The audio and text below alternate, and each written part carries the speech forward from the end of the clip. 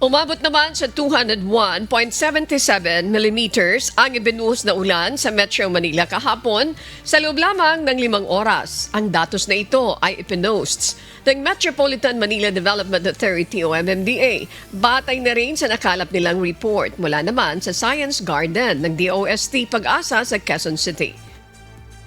Batay sa ulat, sinasabing umabot sa 201.77 millimeters ang unang ibinuho sa Metro Manila simula alas 9 ng umaga hanggang alas 2 ng hapon.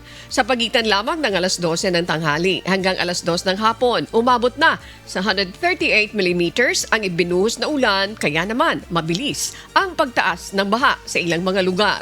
Matatandaan na noong September 26, 2009, nagdala ang bagyong Ondoy nang aabot sa 455 millimeters na ulan sa loob lamang ng 24 na oras na nagdulot ng malawakan at malalim na pagbaha sa Metro Manila at ilang karatig na lugar.